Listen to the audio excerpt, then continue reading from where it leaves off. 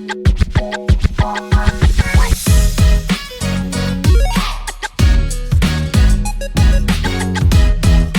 everyone, welcome back to Just Conversations with Faheem B.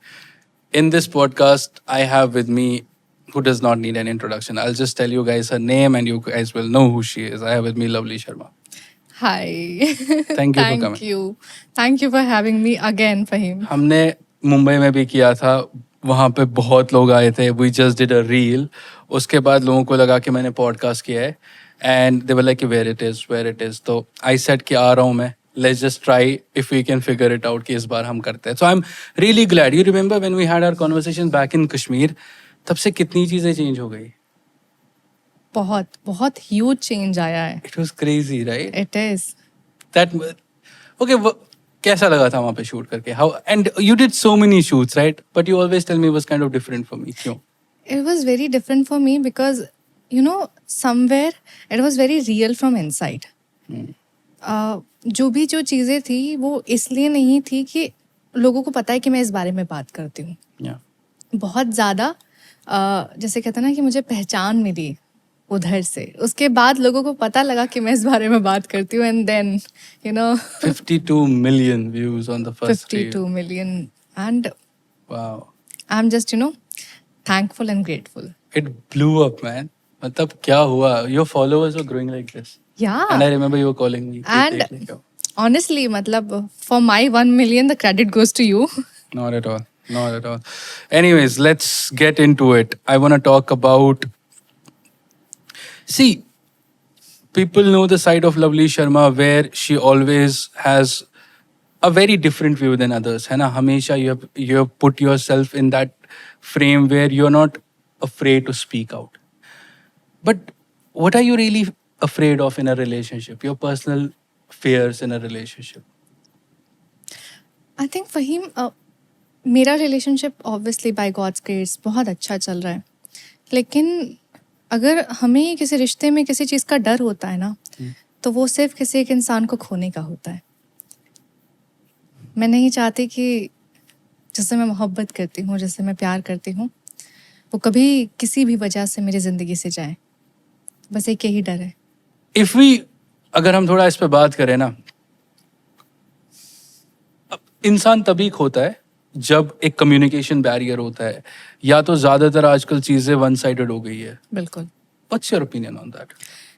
बिल्कुल होती हैं. और मैं हमेशा एक बात कहती हूँ कि जिस रिश्ते में ना आपको वक्त और इज्जत भीख मांगने से मिले, वो रिश्ता आपको वहीं तोड़ देना चाहिए. वो रिश्ता वहीं ख़त्म हो जाता है. तो आपको ये समझना पड़ेगा कि अगर रिस्पेक्ट है, अंडरस्टैंडिंग है, कम्युनिकेशन है एंड रिस्पेक्ट है, then the person deserves to be in your life. Yeah. And if it is not, then please जाने दो. बट छोड़ना इतना आसान थोड़ी है. छोड़ना आसान नहीं होता.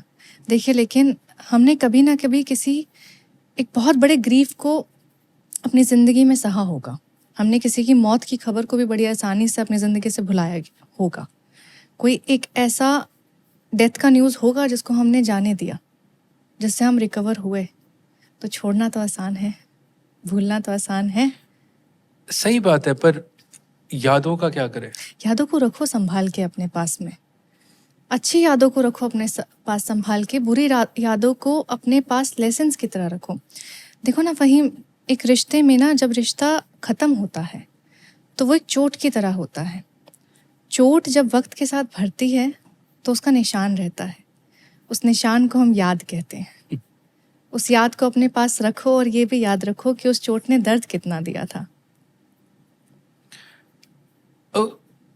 Moving on a bit from the philosophical side of it, जब मुझे या जनरली मैं बता रहा हूँ कि जब हमें किसी चीज़ की याद आती है ना, मान लेते हैं हमने किसी को छोड़ दिया, उसके बाद we try to move on. जैसे भी इंसान टू ईच इट्स ओन, हर कोई अपने हिसाब से करता है, राइट? कुछ लोग चुप हो जाते हैं, कुछ सोशलाइज करते हैं और चला लेते हैं.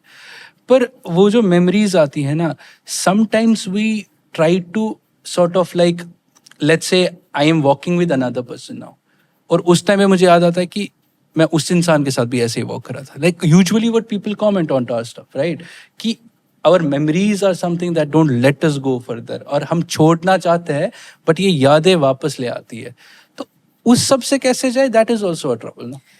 देखो फहीम, याद आएगी ऑब्वियसली। आप किसी इंसान के साथ पूरे जज्बात के साथ थे, अगर आपको उसकी याद नहीं आ रही है तो मैं ये कहूँगी कि शायद वो मोहब्बत ही सच्ची नहीं थी। उस वक्त आप भी शायद सिर्फ वक्त ज़ाया कर रहे थे।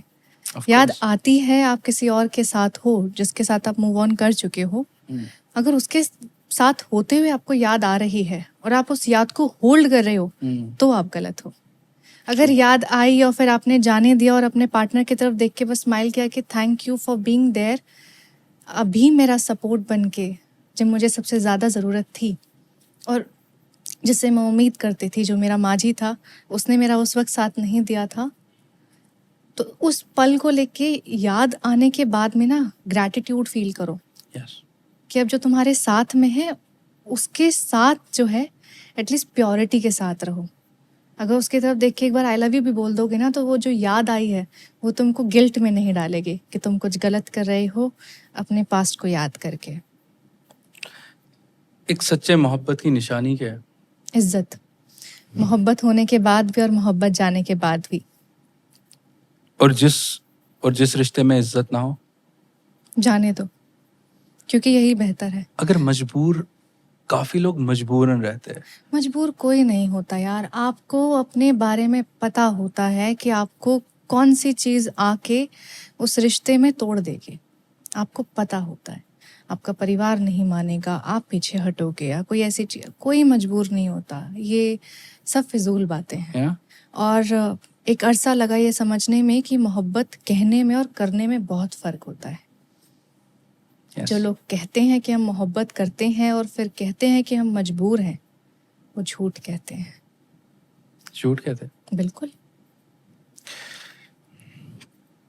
करो तो निभाओ, अगर निभा नहीं सकते तो करो मत। जो एक तरफा मोहब्बत होती है उस पे क्या ख्याल है? एक तरफा मोहब्बत रखो, लेकिन एक तरफा मोहब्बत आपका जुनून नहीं बनना चाहिए कि आप उसके लिए, जो इंसान आपके ज़िंदगी में है नहीं और आ नहीं सकता, उसके लिए आप अपनी ज़िंदगी बर्बाद कर रहे हैं। मोहब्बत करो, मोहब्बत एक बहुत पाक एहसास है, बहुत प्यारा एहसास है। मोहब्बत ना आपको जीने का सलीका सिखाती है, लेकिन अगर उस मोहब्बत में आप खुद को पागल कर रहे हो, खुद को तोड़ रहे हो, खुद को बिखरता हुआ देख रहे हो, तो वो मोहब्बत नहीं है, वो पागलपन की निशानी है। एक तरफा मोहब्बत बहुत बहुत हसीन होती है, लेकिन तभी तक जब तक डेंजरस वो, as well. Very dangerous. हर चीज़ का अति हानिकारक है। अगर ज़रूरत से ज़्यादा कुछ भी हो आपकी ज़िंदगी में, चाहे मोहब्बत, चाहे इज्जत, कुछ भी चीज़, लोग छोड़ देते हैं। लोगों को कमियां पसंद आती हैं, तड़प पसंद आती है।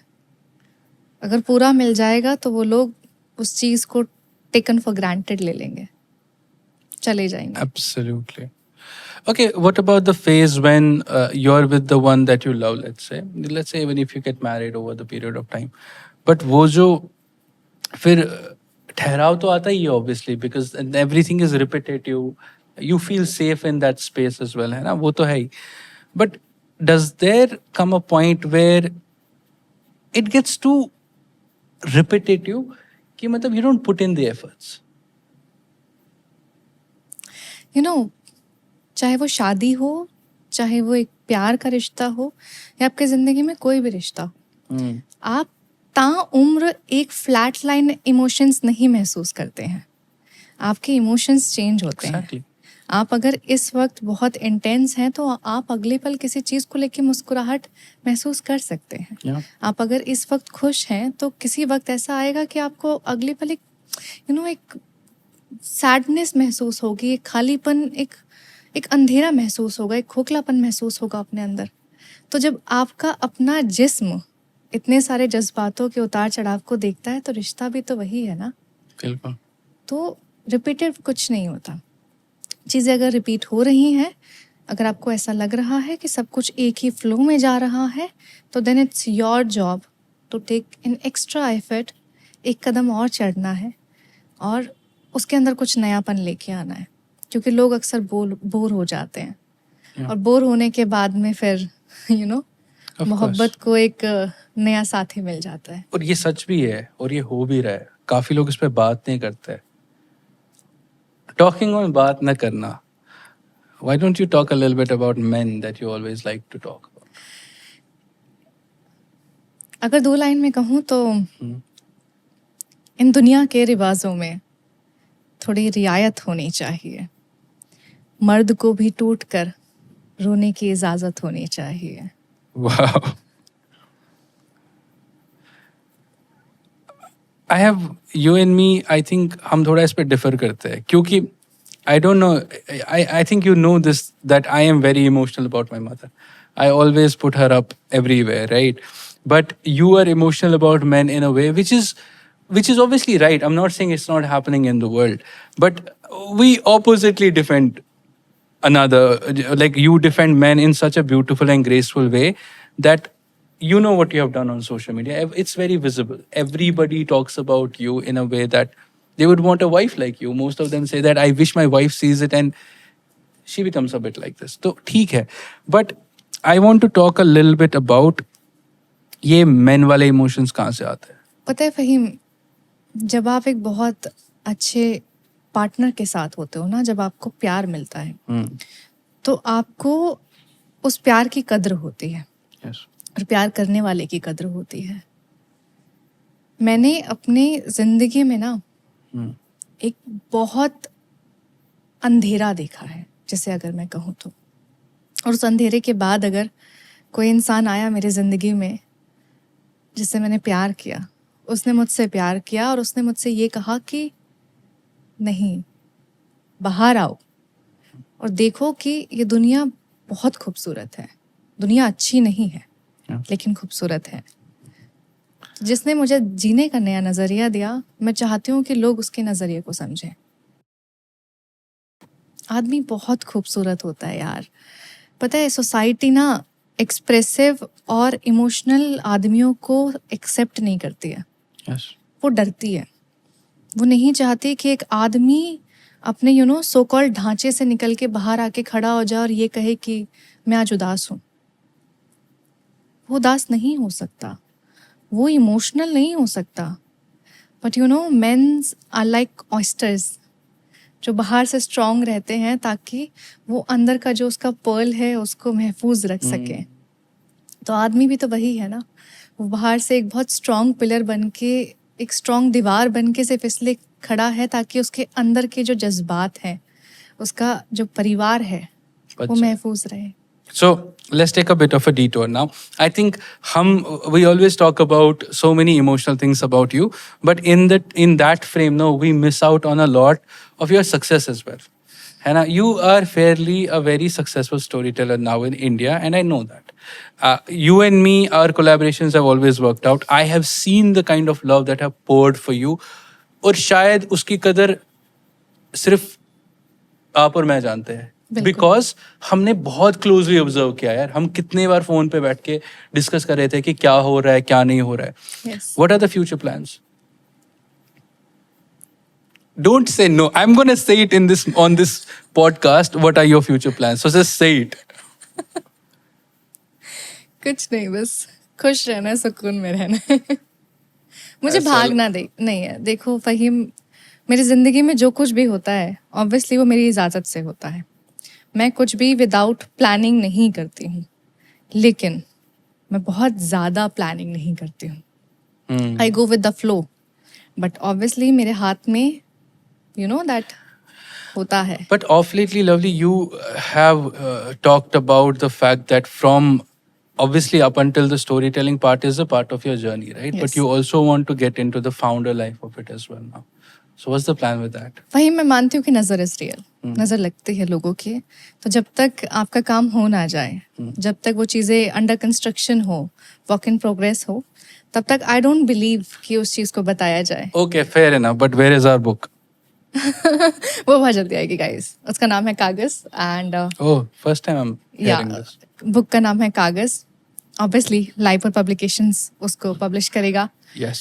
And Yes. फ़हीम ने लिटरली मुझे बहुत पुश किया। आई एम लाइक ओके, ये पहला इंसान है जो राइटर को बोल रहा है please Please finish the book as soon as possible. Don't say it here. Do you know how many people come to me and tell me कि publish करने, I ignore them, I and then know they'll be that. like कि, I know that. but let's finish it, bro. We've spoken about this on the live in front of so many thousand people. This is August, and Yes. I promise you कि इस weekend तक आपको मतलब Adi is there. मैं इसको phone yeah this Independence Day tak you'll get the book, you'll get the first draft. Done. And then it's in your hands, whatever you want to do, Yes. do it, man. But you know this कि जब whenever we end our podcast, we end it on some favorite lines. Yeah.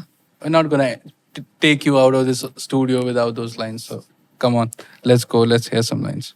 मुझे मनाओ नहीं, मेरा मसला समझो, मैं खफा नहीं हूँ, परेशान हूँ ज़माने से. Oh, one more. ये क्या है, मोहब्बत में ऐसा तो नहीं होता, मैं तुझसे जुदा होके भी तन्हा नहीं होता.